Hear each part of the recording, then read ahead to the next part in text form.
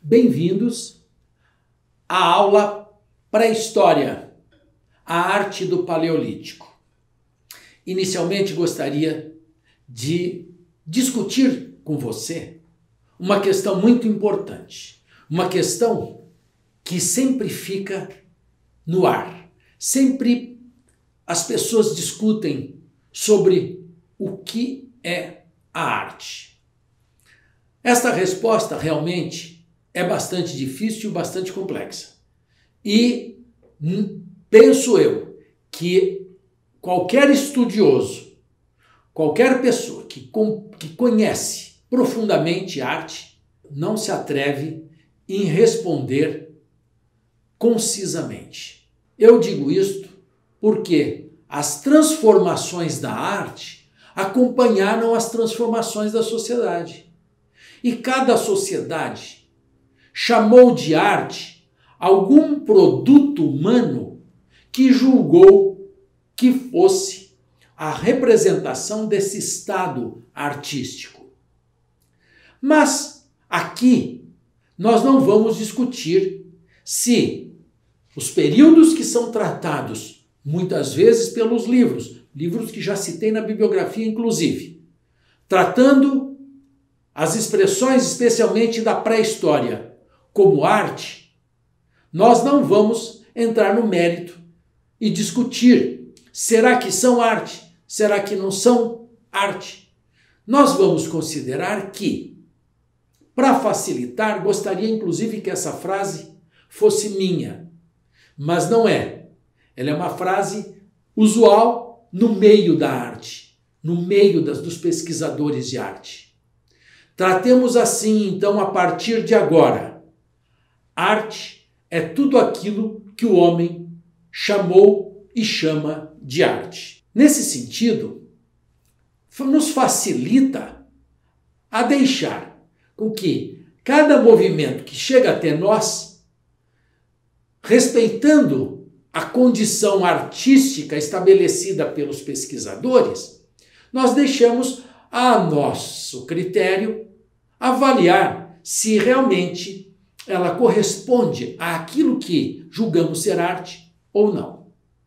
Então, faço esta observação agora, quando começamos a falar da pré-história, especificamente nesta aula sobre o período paleolítico, a arte paleolítica. Para falar do homem pré-histórico, eu inicio a partir de uma abordagem antropológica. Isto é, veremos o homem não na sua condição intelectual, mas na condição de homo fabric, isto é, o homem que produz, o homem que viveu, que nos antecedeu, o homem que vivia há muitos anos atrás e que nos antecedeu. Iniciamos aqui pela estrutura antropológica da pré-história. A pré-história, a qual faz lembrar principalmente das pinturas das cavernas, refere-se às manifestações artísticas realizadas pelos seres humanos antes do surgimento da escrita e da utilização dos metais. Digo assim para lembrá-los que, e todos vocês possivelmente já conheçam alguma coisa da pré-história. Possivelmente você já ouviu falar que os homens da pré-história viviam em cavernas. Didaticamente, a pré-história divide-se em três partes.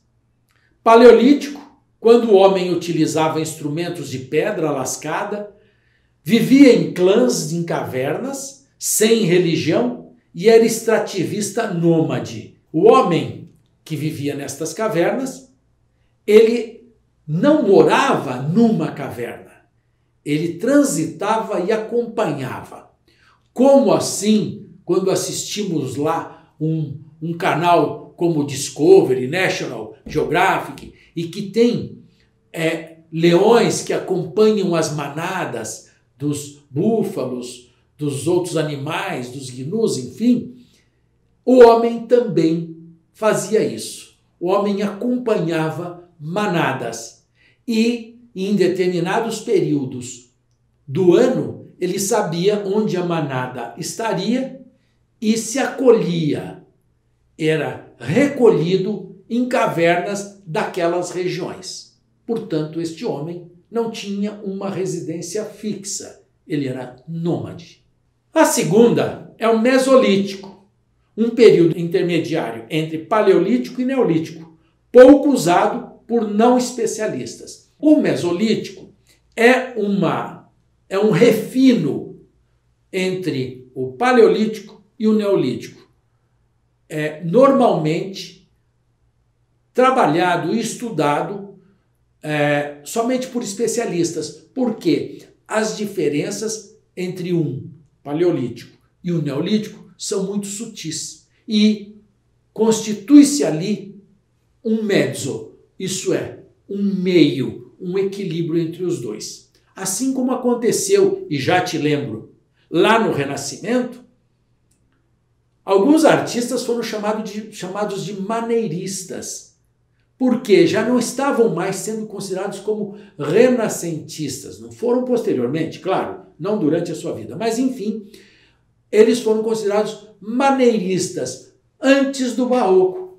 Isto é, entre o Renascimento e o Barroco, houve um intermediário só lido, só conseguido compreender para aqueles que se especializam num período ou destes períodos. Em terceiro, nessa sequência didática, vem o Neolítico. Neolítico, quando o homem poliu a pedra, desenvolveu a agropecuária, portanto ficou sedentário, viveu em aldeias, iniciou ritos místicos. Isto quer dizer, o homem não precisava mais acompanhar as manadas porque ele começou a criar seu gado. Portanto, ele precisava não mais uma caverna, mas um abrigo construído por ele. Isto é, começa ali, no Neolítico, a construção de casas, de abrigos mais definitivos para ele. Como este homem vivia numa certa sociedade, uma sociedade já que havia uma pequena organização, diferentemente do homem paleolítico, que nós estamos abordando nesse momento, o homem paleolítico vivia em clãs, isso é, uma família muito grande e que entre eles ali se reproduziam, vamos dizer assim. O Neolítico não. O Neolítico já existem grupos familiares separados de outros grupos separados também. Portanto, isso vai constituir em aldeias e, no futuro, em cidades. Há ainda o período intermediário chamado proto-história, que é quando os humanos começam a criar desenhos icônicos que antecederam a escrita. Segundo essa disposição teórica, nem todos os povos pré-históricos passaram pela proto-história, antes de evoluírem ao status de civilizados.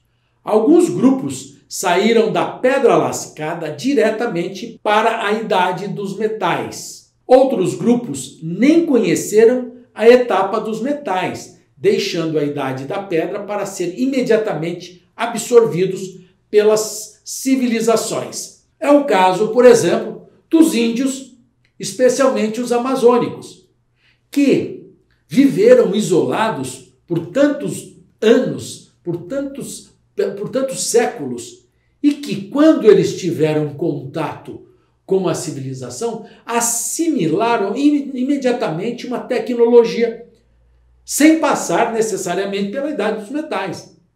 Isto aconteceu com os nossos índios, por exemplo. E, embora possa causar algum estranhamento, nós vemos que os índios, que estavam ali isolados até poucos anos atrás, hoje sabem usar o celular, usam o computador, usam equipamentos eletrônicos mais diversos. Porque não tiveram essa passagem gradual. Foi muito abrupta. E, portanto, não passaram como esses que veremos agora no Paleolítico. os textos didáticos mais acessíveis que nos descrevem as artes pré-históricas geralmente seguem a cartilha europeia, pois foi lá que as manifestações mais antigas paleolíticas aconteceram, e isso, muitas vezes, é tratado como eurocentrismo. Ouço muitas vezes, nas aulas diversas que dou, presencialmente inclusive, pessoas que discutem essa questão que toda a visão histórica é eurocentrista. E é, mas tem alguma justificativa. A produção mais antiga aconteceu na Europa, a exemplo agora do Paleolítico. Portanto, se lá no Paleolítico, há 40, 30 mil anos antes de Cristo, já acontecia na Europa, e seja no Brasil, na América Latina, enfim, ou no Japão, ou na China, que também tem culturas espetaculares, estas aconteceram muito mais tarde. Lembrando só que o Japão, a China, foram países que ficaram, vamos dizer, entre aspas, na Idade Média, até quando já havia o Renascimento e uma evolução muito grande já na Europa. Portanto, percebe-se ali uma seleção por aquilo que é anterior. Por isso, o eurocentrismo. Aqui neste diagrama, podemos observar todos os períodos e os anos respectivos. Por exemplo, começando pela Idade da Pedra, veremos o Paleolítico Inferior, que vai de aproximadamente 2 milhões de anos a 40 mil. Como vivia esse homem no Paleolítico Inferior? Aquele homem era o hominídeo, era uma forma semelhante à nossa, mas que ele não desenvolvia objetos. Ele vivia, vamos dizer, como um animal. Já o Paleolítico Superior, de 40 mil a 10 mil anos antes de Cristo, é o homem que trataremos hoje, nesta aula. Este homem começa a produzir, e vai produzir, inclusive, coisas espetaculares que veremos aqui como tratadas como obra de arte. O Mesolítico, de 10 a 7, que seria esse intermediário, dependendo do lugar, isso oscila, ou nem passou pelo Mesolítico. O Neolítico, de 7 mil a 13.500 a.C., quando se iniciam as civilizações. E depois é intercalado ali entre as idades dos metais, a idade do cobre, a idade do bronze, a idade do ferro. Ora, a idade do cobre é porque o homem começa e consegue a derreter minerais, enfim, e consegue produzir uma liga metálica, assim como depois o bronze e o ferro, que é uma liga metálica mais sofisticada e mais resistente. Graças ao desenvolvimento do ferro, é que depois existirão culturas ou até impérios como o Império Grego e o Império Romano, em sequência, porque a produção do ferro ajudou-os a produzir ferramentas e armas para se defender e conquistar territórios. Posteriormente, na Idade Antiga, Antiguidade Clássica, Antiguidade Tardia, Alta Idade Média. Entendamos que Alta Idade Média, falaremos isso mais tarde, quando trataremos sobre a Idade Média aqui, com o bizantino, com o gótico, falaremos e lembraremos, aliás, que a Alta Idade Média é quando ela se inicia, século IV e V. É quando ela se inicia. E a Baixa Idade Média é quando ela termina, que veremos também isso mais tarde lá com o Gótico. Mais tarde ainda a Idade Moderna, 1453, é um marco aí, a tomada de Constantinopla. Veremos por quê, o que foi isso. até 1789, chamada Idade Contemporânea. Não para menos, coincide a Idade Contemporânea com a Revolução Francesa. Mas isso também discutiremos mais tarde, quando estudaremos o Neoclássico. Bem, agora trataremos do Paleolítico Superior, especificamente do Paleolítico Superior, esse homem que produz, esse homem que fabrica. Nesse período, o homem usava machado de pedra para esmagar e cortar com lascas cortantes, idade da pedra lascada, por isso justificando o nome pedra lascada. Mas já havia certa organização social e o senso de família, isto é, dentro das cavernas onde se protegiam, eles já sentiam que havia um grupo, um núcleo, que era o seu, isto é, a relação consanguínea, mesmo que não tivesse essa consciência, a relação consanguínea, ela é percebida de alguma maneira. Estes homens dominam o fogo, isto é, eles preservam o fogo, eles não produzem o fogo. O homem paleolítico, o homem da caverna, não produz o fogo. O fogo será produzido através do atrito só no período neolítico, mais tarde. Portanto, eles eram nômades, permaneciam num determinado local até que se esgotassem os alimentos.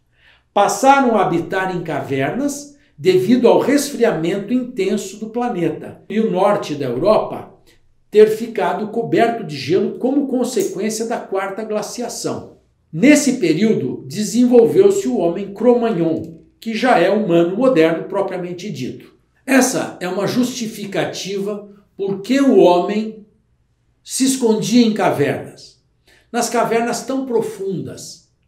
Porque uma coisa é o homem se proteger em tocas, em grutas, mas ele vai se esconder em grutas e tocas muito profundas. Por que ele precisava ir lá? Por causa do frio. Era o período glacial, final do período glacial. E, imaginem, na Europa, final do período glacial, durante o inverno, deveria ser terrível. Portanto, ele precisava se aquecer. Falaremos disso pouco mais tarde, quando ilustrarei com algumas cavernas. Aqui vemos algumas peças produzidas por eles através da pedra lascada. À esquerda, algumas pedras lascadas e à direita, alguns ossos talhados, trabalhados, alguns inclusive que lembram agulha. Neste próximo, as pedras são lascadas de tal maneira que elas ficam muito cortantes. Elas cortam, elas dilaceram e eles cortavam muito a carne especialmente. Até agora, tratamos esse ser como um hominídeo, ainda sem as qualidades que o farão ser tratado como ser humano. A partir de agora, veremos especialmente a arte da pré-história, a arte paleolítica. E aí trataremos o homem como ser humano. Lembrando que estamos saindo daqueles milhares de anos que o homem ficou estagnado, quase como um animal, e agora entramos num momento que esse homem não vai parar de transformar-se e de tentar administrar e dominar a natureza. Veremos.